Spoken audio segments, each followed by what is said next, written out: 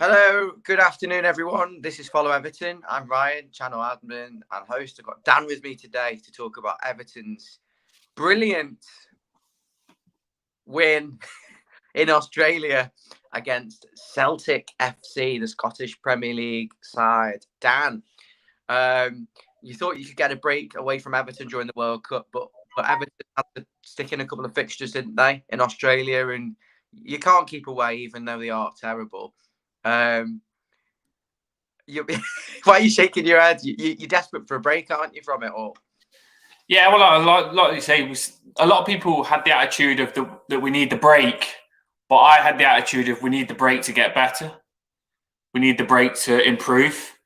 And this game was something that I hope to see that. And no, it seems to be getting even worse, doesn't it? I mean, I know a few players are missing, but still had enough players there to give Celtic more of a game than what we did.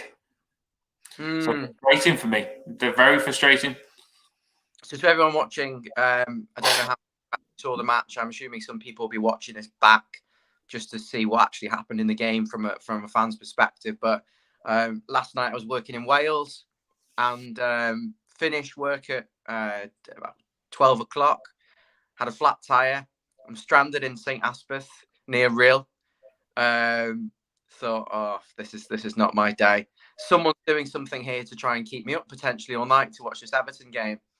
I'm on the phone to the RAC. They said it'll be a couple of hours before we can get someone out to you to change the tyre, or wanted a big bill as well for that, or they could tow me home.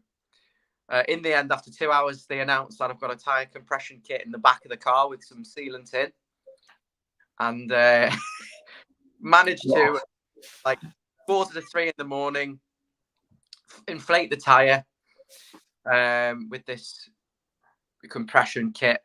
So I've got a full tyre with this thing and I'm driving home. 2 minutes into the journey, the police pull me over, do a breath test on me. Have you been drinking? No. They're still doing the test on me. Because you was driving slow with the tyre? I was just driving slower than normal because it was like I wanted to test to see whether the tyre was going to just deflate or burst. You don't trust that you've done it properly. That's the thing. So in your mind, you're driving slow just in case it does pop from however you fixed it. Well, it said on the reader, got Mercedes. It's got like intelligent. It can sense the tire pressure, and it said that I had 280 tire pressure. So I knew it was inflated, but I thought it's just going to burst on me on the motorway on the way home, and I'm going to be stuck. And it's not like a normal motorway. It's Wales motorways and A roads are a bit different. You know, it's 2 lanes, no hard shoulder. So if you broke down, you basically plonked in the middle of the road. But the police pulled me over and asking me all these questions, and I thought, you stupid bastard. He thought he was going to get me maybe drink driving, and there I am in a suit with a bow tie, all the equipment's in the car, speaking politely, and he was not. Did he make you walk in the straight line? No, he didn't make me do that. But I thought someone was going to try and get me to stay up. Basically, the point I'm making, I thought someone up there was making me stay up to watch the Everton game at 3:45. And I honestly thought, there's no way on God's earth that I'm going to stay up and watch them. Michael Keane hoof it up to Mopé and try aimlessly to try and beat Celtic, get humiliated by them. But so you was forced to watch it. You was destined to watch it. You could have missed it and been driving, but instead your tyre had to pop, and you was forced to watch Everton versus Celtic. Well, I was home. I would have been home by 1 in the morning, 1:15, 1:30. Instead, I got in at 3:30. Ironically, 10 minutes before kickoff, I'm lying there. This isn't my bedroom. This is like my office spare room, but I do have a spare bed in my bed, and I've got the phone in my hand with the stream on. It's 3:30. I'm like, what's the team? Do I really want to watch Yerry Mina, Michael Keane, and Decore and this kid Isaac Price? Thought I'll stick it on for 10 minutes, literally with my eyes like this. And I was watching it, and I'm going to tell you, the first 7 minutes, the ball didn't leave Everton's half. It was literally Celtic camping us in. We had no way of playing out. And the thing that annoys me about this is you watch the training videos of Everton, and all they do are these little triangular one-touch passes where they like play out of situations. And it's like, what is the point when it actually comes to the game? You find it incapable of actually playing out through teams, and Celtic just completely kept us in our half. 8 minutes in, I think, before we got out of the half. And we had a good chance, actually. We could say it was a half chance. It was Damari Gray doing what he does best, which is kind of looking good and then not looking good, where he gets into a position where you think he's going to score, and then he'll either do something like try and beat the same player he's already beat, or cut inside when he could probably take it on his left foot. And he did it, and in the end, it gave Celtic a chance to block it. And that was maybe 8-9 minutes in the game. And then it was like a common theme, Dan. A common theme, really, for about 25 minutes. 25 minutes. It became complete. Hang on, I just want to put my phone on. Do not disturb. 25 minutes of Celtic basically playing in our half. So you got the two Celtic centre-backs playing in our half under no pressure whatsoever. And I mean, literally, there was no press from Everton. It was Celtic, all Celtic for 25 minutes, all of the ball, passing it around with ease, playing through the lines, knocking it about. Their final ball wasn't great, I think. But when you've got the Celtic, I'll just show you now, actually. I don't know if anyone's seen this on my Twitter. I'll show you this, Dan, and get your opinion on it. The two Celtic, where is it? The two centre halves for Celtic.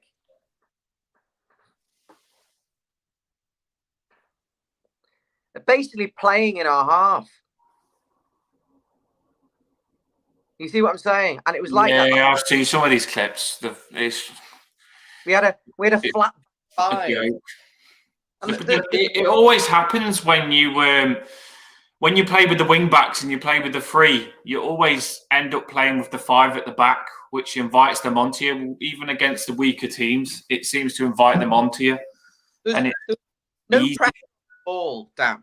There was absolutely no pressure on the ball, and you can see that. And that was first 25 minutes. It was a complete, very, very repetitive in terms of that. And we played with a back five, very flat back five, all very close together. And what you thought would be maybe a 5-2-3 with the full backs in midfield, basically, it was not. It was effectively a 5-4-1. We couldn't play out. Celtic just building attacks. I was sat there, and at this point, 15 minutes into the game, I should have said, I fell asleep. I gave up because it was so boring, and I watched the rest this morning from start to finish. But it was infuriating, Dan. There was no press. It was a flat back five, and Celtic had a lot of chances. There was Decore and Isaac Price kept fouling them, and they basically what was happening. Decore and Isaac Price were very, very sloppy at times at giving fouls away, and Celtic had quite a few free kicks where they had shots on target.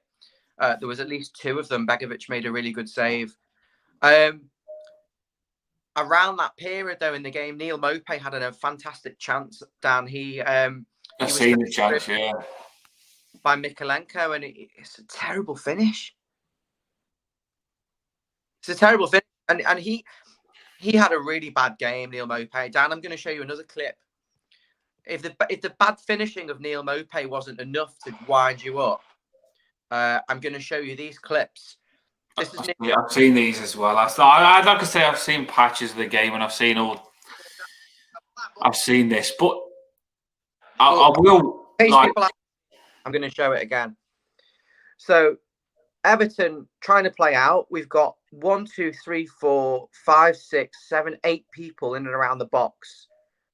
Our box. I mean, for God's sake. And then Mina clears it up to Maupay. Look what happens. Help him out. Loses the ball. Celtic can build again. So Maupay again. Loses the ball. And that was a common theme for Neil Maupay, unfortunately. Nothing sticks to him. He's done that the last couple of games, though. He's not a centre forward. And it's not even that he's small. He's too small to be a centre forward, but the ball doesn't stick. He hasn't got good feet either to hold it up. He often overhits it when you put it into his feet or miscontrols it. It's not the first time. This isn't something new for me because he is not a centre forward.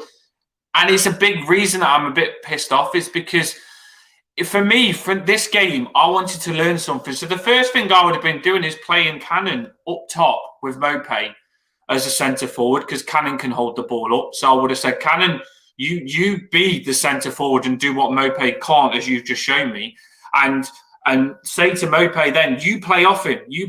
We're going to put the ball to him. You play off him and around him, and try and catch on to him and play two strikers because this is a friendly, Celtic. It's a friendly, and we need to go for it, and we need to learn how to attack because we don't know how to attack. So I would have played two strikers. But then you go and play frigging the most defensive formation that you've got, learning absolutely nothing. Because I would have just done 4-4-2 and just seen what happens and tried to learn something. I can't believe he didn't start Cannon after him looking good last game and looking like he can hold the ball up. I know he'd come on, but for Mopé, I think he come on, didn't he? Later on, I'm sure he'd come on for Mopé. So it's a joke that Lampard's doing this for me, Ryan. I don't know what your thoughts are, but he's got to play two strikers there. I mean, we're expecting Mopé to be a centre forward. He's 4 foot tall, and he can't hold the ball up. And if you put him up top, that's what he's going to keep doing, Ryan. What you've just shown me. The thing that annoys me about that clip, and if you're just joining us, good afternoon. Do watch this from the start again, or wind it back because it's worth watching. I put some clips up here about this tactically, but the Neal Mopé situation is infuriating because when he loses the ball, and I showed you a clip there where he loses it twice in his 30 seconds, he's got to hold the ball up. He's got to either win a foul, take the touch away from a player, or pop it off to one of the fullbacks. Anything but lose it. Because what he does is it just allows Celtic to build the attack, to build an opportunity where we're on the back foot. And these turnovers were a lot of chances for Celtic throughout the game. There was one where Patterson loses it very sillily. And plenty of the players made mistakes where the turnover cost us a chance. And it's a theme. I know Peter said in the comments about, Andrew is saying about it being a friendly, but we're mid-season and neither team treated that like a friendly. It didn't feel like a pre-season type friendly. It felt like a competitive game where both teams wanted to win. Well, Celtic wanted to win. Everton wanted to just kind of cling on. The tactics were embarrassing, Dan. I know you're calling for a 4-4-2, but he doesn't play 4-4-2 in the league. We don't have two strikers, so I don't see why he would want to do that.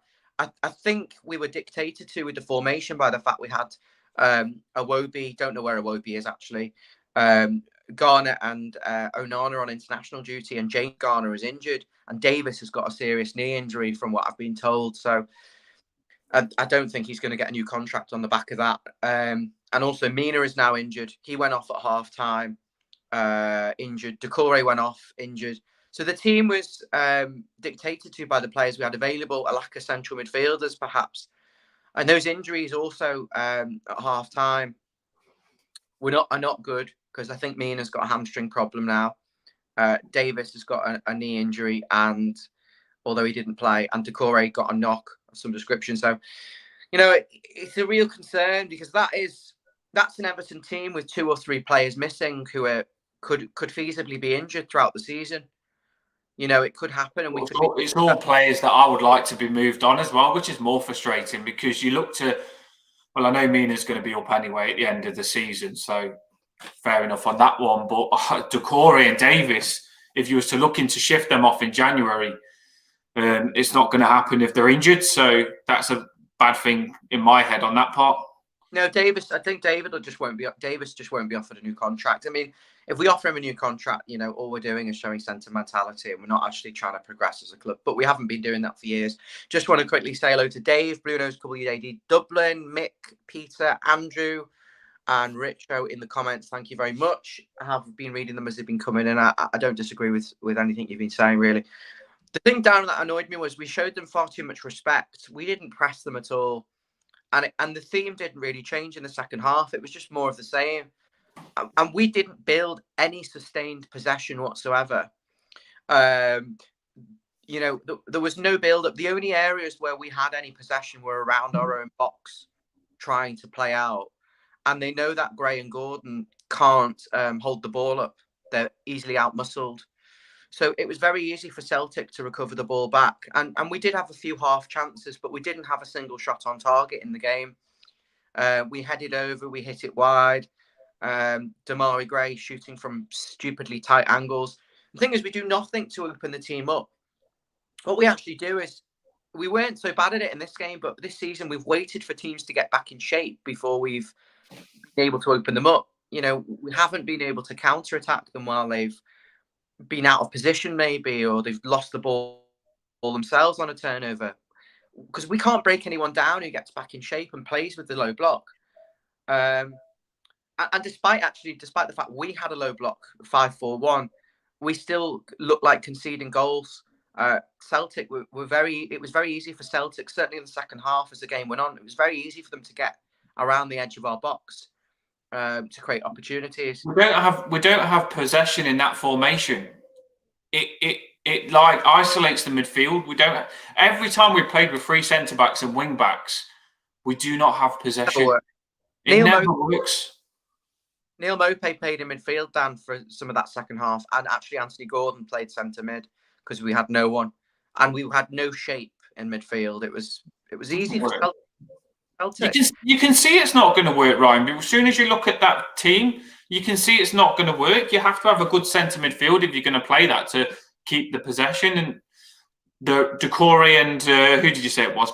Price. Who played at the side of Decore? Isaac Price. Yeah, Isaac Price. It's you're not going to. It just doesn't work, and I don't see why you play something that doesn't work and that's very, very defensive. Got no choice, as I said, because he didn't have the central midfielders available. But what I will say is, you know, he's under-equipped, but he's tactically not great. I mean, I'm not saying anything here.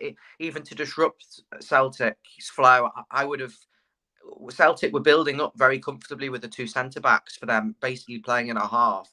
We needed another person pushed up to press them to stop that happening, and I just didn't see him being proactive. I know it's a friendly, but it's still important. You know, we've got to work on things. You know, because it was like going through the motions again. We haven't got any creativity or guile. We haven't got any end products. We're toothless at front. Neil Mopé, Damari Gray had chances. They missed them, fluffed them. I'd say Mopé's was an obnoxious finish. And I think he's been found out very quickly to be not up to the standard that we need. A couple of positives, I suppose. Mason Holgate came on for Yerry Mina in the second half, and he did very well in terms of he just looked sharper than the others. And there was a big mistake from James Tarkowski, who headed it backwards, flicked it back. And it was kind of like a basic error, you know, in football. If you're a centre back and you go for the ball, normally the centre back tucks in behind to mop up. That can be quite common. Instead, it was quite flat. Someone went for the header, and Tarkowski flicks it backwards, and there isn't anyone behind him, moving behind him. It was straight to the Celtic player, running through on goal. From a Tarkowski flick back pass, you think, here it is the goal. And Holgate makes a last-ditch tackle to save it, the goal. And it was a good recovery, but again, Celtic should score. And there was another opportunity then shortly after. I mean, there's a couple more of these I want to talk about. But Dan, the more I think about it, it was shite. Honest to God. No, I could. It's just frustrating. I know people say it's only a friendly and stuff like that, but like you say, look at this. Back again. Celtic charge forward down the right hand side. Well, that must be. This is one pass through. Unexpected to get back again. Celtic charge forward down the right hand side. Well, that must be. Oh, that's a great set.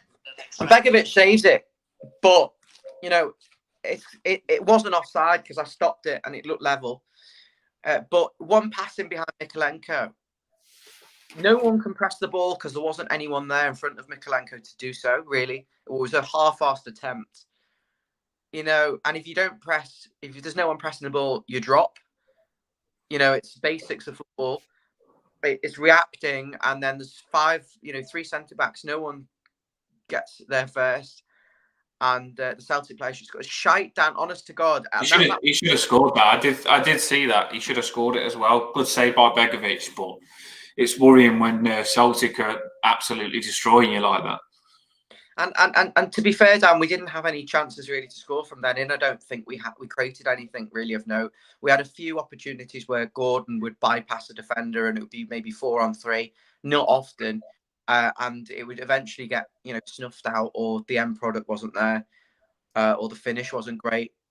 So that was the story of the game. At the end of the match, Ruben Vinagra's in the corner.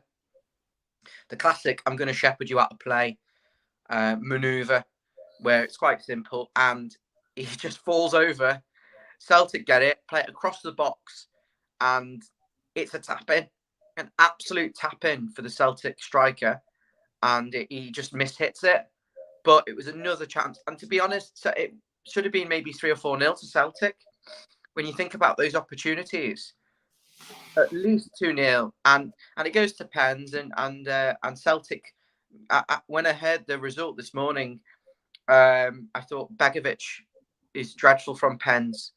How has he saved? How have Everton won 4-2 and he saved it? He didn't save any of them. The first one skied over the bar. Begovic sent the wrong way. The second one hits the post. Begovic sent the wrong way. In fact, Begovic was sent the wrong way for every single pen. Every single pen was to the left, as if we're looking at the goal from here and the goal's in front of us. And we scored all our pens comfortably. Michael Keane very nicely hit into the corner. Striker's finish. I think there was Patterson, who didn't have a great game actually, sloppy. Patterson hit it into the side net with a good pen. But Stanley Mills missed the penalty. It was a poor pen, kind of telegraphed it. But Celtic scored the ones they got on target, and we scored them apart from Stanley Mills. We won on pens, and it was kind of like, it was Gordon that scored the winner, wasn't it? Yeah, Gordon scored the winning penalty. I have to say that it was a very, very tedious watch. Everton described it as an entertaining match. It wasn't entertaining at all. There was a lot of scrappy stoppages, and it was a slow-paced game. It started off quite quick and then slowed down. We were completely. I thought we were second best. I'll be honest. I thought we were second best.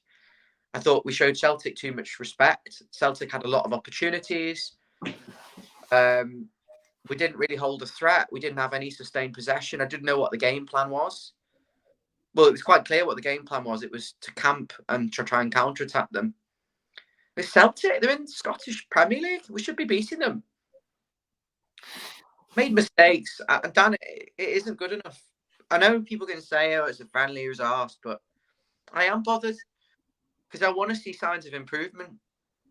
The frustrating thing is, I think even if it wasn't a friendly and that was a serious game, I think that's the way we would have played. Obviously, minus 2 players, but it's what we've seen. You've got to remember, our last game was against Bournemouth, and we got battered, 4-1, 3-0. So, like you say, that game, they could have beat us 2-3-0 as well. And Celtic, no disrespect to them, they would struggle against a lot of teams in the Premier League, even the teams at the bottom. So, this pre-season, we do need to get something out of it. I think people think that, the pre-season doesn't matter, it's a holiday, and then all of a sudden the season's in your face, and if we're shit, then they'll be like, why are we crap? Why are we crap? The reason why we'll be crap at the first game when we start the season is because we haven't had a good pre-season.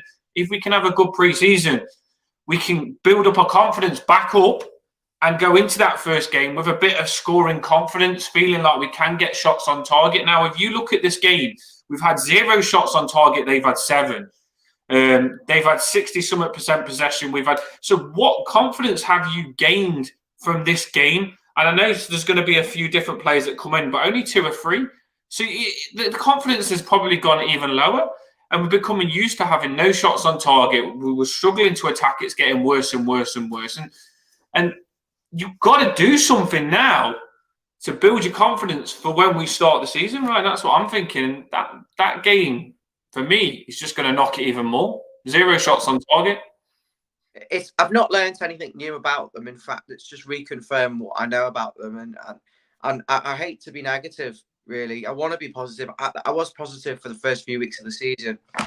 I thought we had the players maybe in a 4-3, but it was the way it's been implemented as being a bit poor tactically from the manager, and also the players aren't playing very well. I don't think they're playing at their true level, but also I think their true level isn't, isn't really the required level we need. You've got likes of Neil Maupay, who scored 1 goal in 23 matches, 1 in 23. You wonder who the fuck's signed that signing off, seriously, because that's sackable. It's 17 million. I know people say it's only 5 million up front, but you still got to pay 17 million for him. 17 million for him and 22 million for McNeil. Nearly 40 million committed. You could have got a striker from abroad for 40 million and staggered the payments instead of the useless players that we signed. It's the same. We're making the same mistakes. The good signings are some of Cody and Tarkowski. Onana, yet to see what he does, apart from he's got a good tackle, but he doesn't really have anything quality on the ball. And he's not driving at players. I thought he was going to be this dynamic box-to-box player. I do think that he could come good. The one good thing is, Ryan, for me, is that Gana Gay and Onana are going to go and play with a different team and build their confidence up.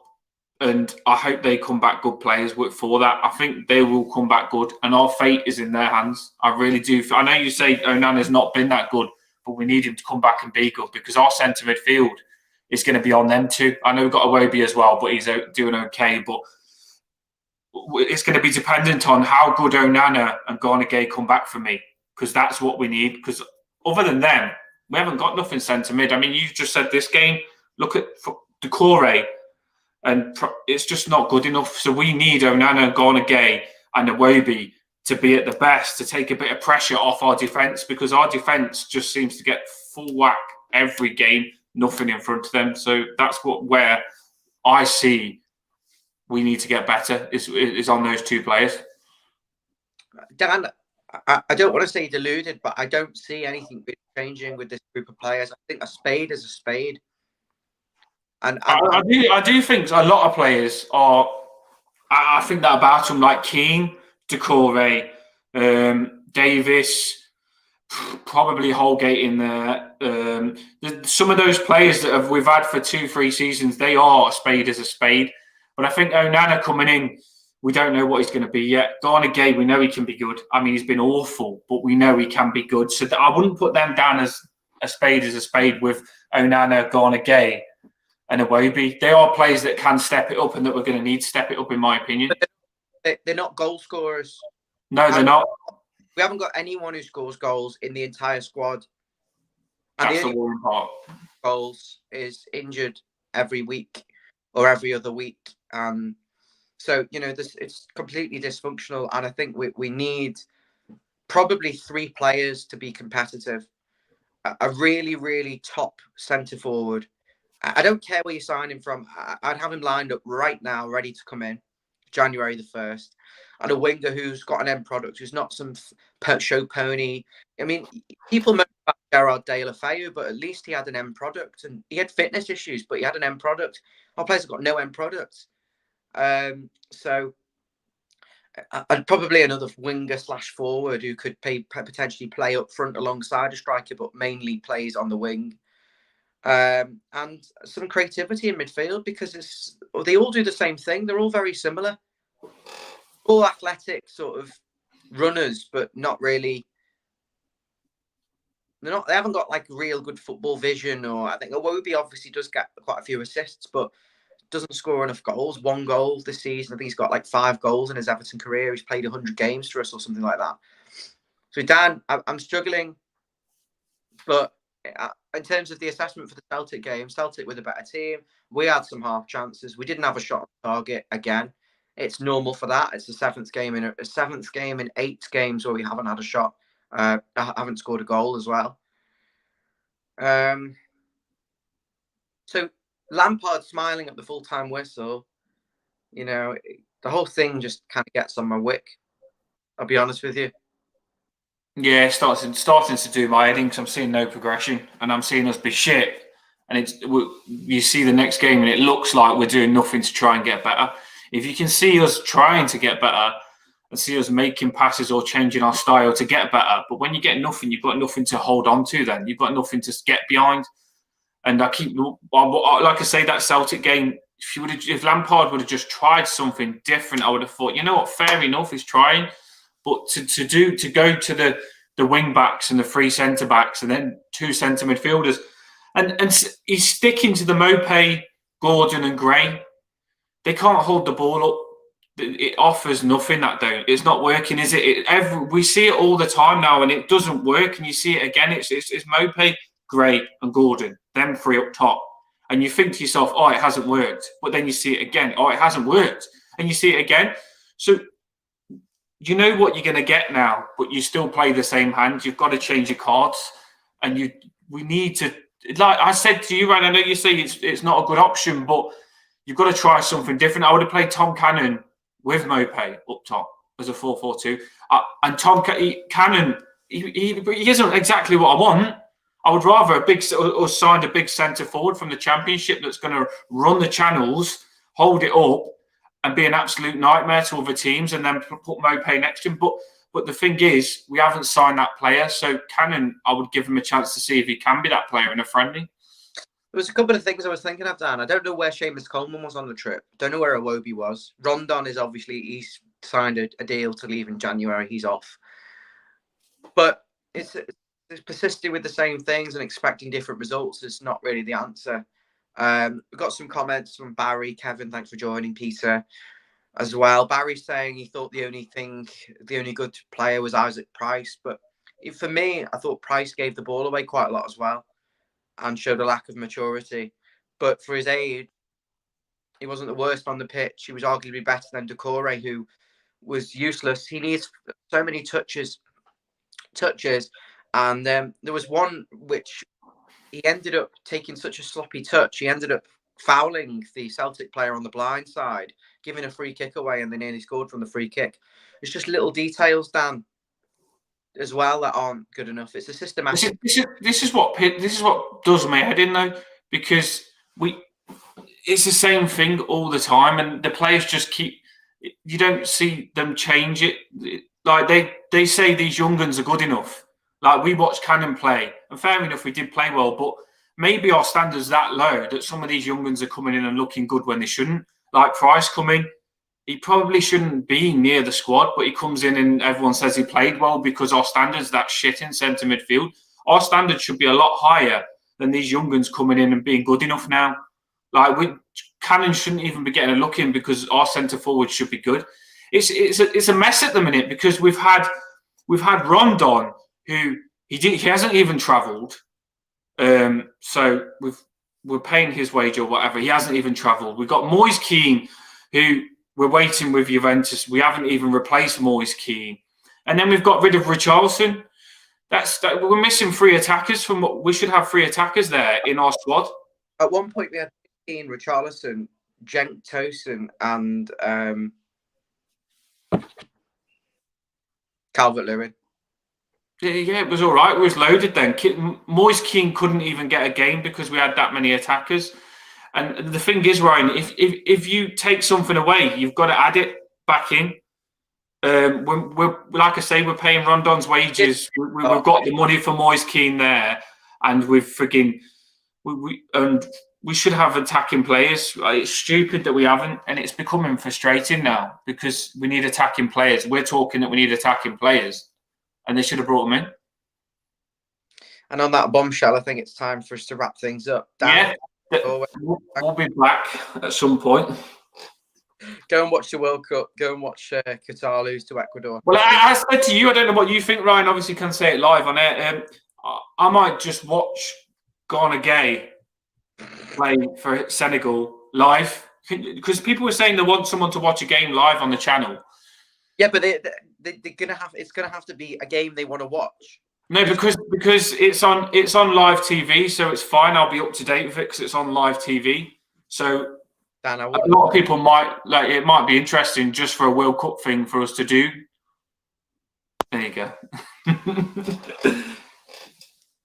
I don't know what people would think on that.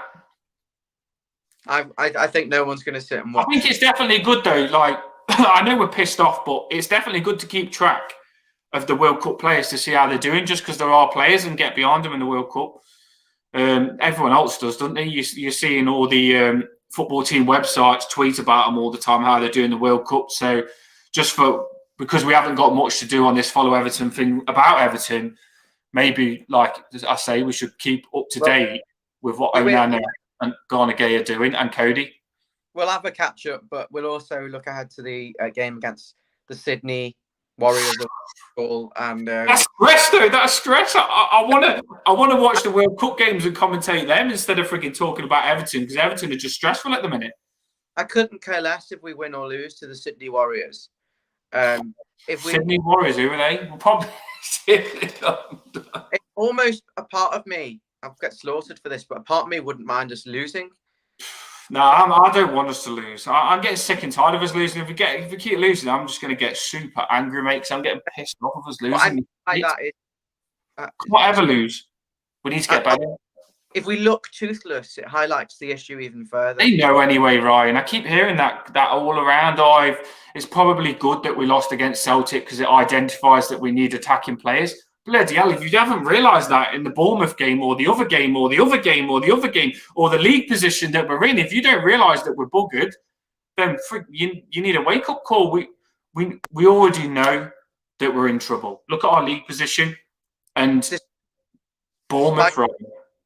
Despite all what I've said on this stream, and I do watch it back because I've analysed the game quite well, I think, we won. Yeah, well, I did see someone say, I felt bad because I seen someone in the comments saying we won on penalties, all happy. So I just look further than the result because I'm looking at performances because how bad we've been in the league. So I was certainly looking at performance in that game, and I'm going to let you all go now. Thank you so much, Dan, for joining me. Thanks for everyone in the comments. Watch it back if you've only just joined. And we'll be back to talk about the Sydney Warriors. Sydney Warriors. Next game. Hopefully we beat them 10-0 and we actually get a shot on target. We'll see. Up the fucking Toffees. This rate, a shot on target is as good as a win. See you soon. See you soon.